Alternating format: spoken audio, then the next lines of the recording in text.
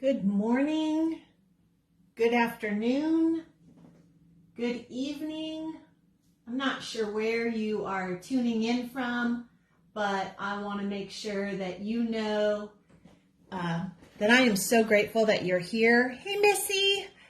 I am coming today to share with you a Bible that was gifted to me by a dear Bible journaling friend. And hi, Marie. And, sometimes you get a gift and it's just perfect, just about perfect. And well, this was one of those gifts. I had been shopping for a new Bible, kind of, browsing all the websites and such, and kind of collecting in my mind an idea of what I thought I wanted. And then Christmas came one year and my dear friend Dana sent this to me. And it was like God had just answered all my prayers. And so this is my NLT, New Living Translation Illustrated Study Bible. It is produced by Tyndale House Publishers. And I am just going to start by showing you that the cover is just beautiful. Okay, it's a really soft, supple leather-like. I'm not really sure if it's exactly leather, but I really do love it. And one of the things about this Bible that I'll just start right from the beginning telling you that I don't love is that my binding has started coming off. And I have tried to repair it and without success. But if that is the only thing that I don't like about this Bible, then I guess it's a really great Bible for me. I want to just also say that this is a great Bible for me. And so I'm sharing with you the things that I love about it. And maybe there are things that you don't love about it. And that's okay. The most important thing is that you choose a Bible that you will read, that's going to minister to you and is going to encourage you to spend time in the Word. And that's actually what's really, really important. So choose a Bible that is good for you in your growth journey and that draws you closer to God. Hi, Lori. Hi, Jamie. Thanks for tuning in. So once again, this is the New Living Translation Illustrated Study Bible, and I'm just going to start at the very beginning and kind of work my way through and tell you kind of quickly all of the things that I love about this Bible. I've gone through and just marked with some index cards so that I could share with you certain pages. So to begin with is I really like and appreciate that they've gone through all the trouble of explaining to me how we got the translation, including translation issues, the text, the footnotes, all of that. There's a lot here that they're explaining, and I just think that's a really nice thing. The timeline at the beginning of this Bible is phenomenal. It's in full color, which I deeply appreciate. I love that this has not just biblical history, but towards the bottom, I hope you can see it, are all of these ideas down here, these historical things that have happened. For example, this is when Stonehenge was erected in England in 2000 BC, and we can start to see what else was going on. Jacob and Esau were being born almost at the same time that Stonehenge was being created. And so I like being able to tie history, global history, with his story. Sorry for the pun. I did not create it. I also just really enjoy seeing that something as simple as the nation of Japan was founded right at the same time as Nahum the prophet is prophesying. And I just don't always think about what was happening outside the Bible when I'm studying the Bible. And so I've really appreciated coming back to this multiple times.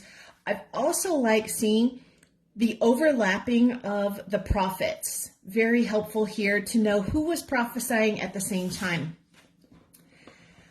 One thing that has been very good as I'm looking at the Old Testament is their calendar. Now, it's very different than ours, but I like having this available that I can look back on. Another thing in this Bible, and there are lots, are these color photos of things that will help me to understand as I'm reading about the tabernacle in Exodus. Not only am I getting some background information, I'm getting a visual representation. This is a full-scale model, and then also cross-references. So that's very helpful. Moving along. This is in Ezra, and one of the things that I enjoyed about Ezra when I was reading through it is seeing these archaeological finds such as the Cyrus cylinder. They're very important things, and again, they help link and connect history with Bible. And I was an adult before I realized, and I had been a Bible-believing Christian my entire life since I was 12, but I was a full-fledged adult before I realized that the Hebrews in Egypt were building right there at the foot of the pyramids. Like I never had anybody that connected those things for me. And so I really appreciate this Bible because it does a great job of doing that. Now, every book has its own kind of graphic at the beginning. And another thing that's nice about these books is, have you ever been putting on the tabs? And let me scoot this over just a hair. You're putting on the tabs and somehow the chapter or the new book begins on the back of the page. Well, that doesn't happen in this book. So every single book begins on its own page. And the graphic goes along with that story. Also has a mention here about the timeline. Every book opens with the setting, a summary, telling me about who the author is. Where does it fit in the Bible? Whether it's in the Pentateuch, the history, poetry, prophets, so on and so forth. Really appreciate that. The timeline at the beginning of this Bible, for every book, also again going back, connecting history with Bible so that I can start to understand how this goes together. Now, there's not a lot of room in here to be taking notes, but I've managed, and I'm sure that you will too. The maps here are put right in with the text, so that when I'm reading this part of the story, this part of Scripture, I can connect it immediately with that part of the world on the map. Really, really love that. Moving along, Habakkuk. I like that even the big books have all the information, but they have all this background information for even the smaller books. Sometimes I think that our small books kind of get pushed to the wayside. Again, there's plenty of commentary that goes along with every section. And then every part of Scripture also has all of these cross-references. Now, if you're not sure what a cross-reference is, it means that when I'm reading, for example, Habakkuk chapter 1, verse 2, how long, O Lord, must I call for help, but you do not listen? Violence is everywhere I cry, but you do not come to save. Sounds just like our modern world. When I'm reading that scripture, I can see that that's verse 2, and then I can come over here to chapter 1, verse 2, and I can go and look up these other verses here that will help me to understand. And then down here at the bottom, I can read further clarification. So again, that full color map is right in line with all of the text. I like that there are these little articles, and some of them are bigger than others. This one is a small one, but it's right in the space where what I'm studying, it goes right along with. And it's not that I get this little article in place of all the commentary. I get it in addition to the commentary. So really, really love that. Now, how many of you have been reading? Maybe you've been reading Malachi is the last book of the Old Testament, and you flip the page and all of a sudden Jesus is being born. Like it just seems like we've gone from the end of Malachi right into Matthew 1:1, the New Testament, and it kind of gives you a sense that no time has passed. We've just turned the page. Well, this Bible has this whole section here on the intertestamental period, that 300 or 400 years when nothing was happening. And I like this because this is giving me some more background information. This is a historical figure. This guy was just absolutely crazy, Antiochus IV. He's also talked about quite extensively in Daniel and other books. But anyway, we kind of get some visuals here so we get to know who this person is. We see the timeline. Moving on. This is not in most Bibles, talking about the Maccabees and why that would be important. And then we get to the New Testament. When we get to the New Testament, we don't just turn the page and immediately go into Matthew 1:1. There's all this setting and background. Again, more beautiful maps, lots of details, explaining how we got it, how that's interpreted, the meaning, all of those things. And then we get to the Gospels. And then even then, we're not ready to get to Matthew 1:1 because we have even more information explaining why we have multiple Gospels and how they all work together. And so comparing the 4 Gospels, interpreting them, here's some historical documentation, this papyrus right here, some more things about Jesus's life, and now we're going to introduce Matthew.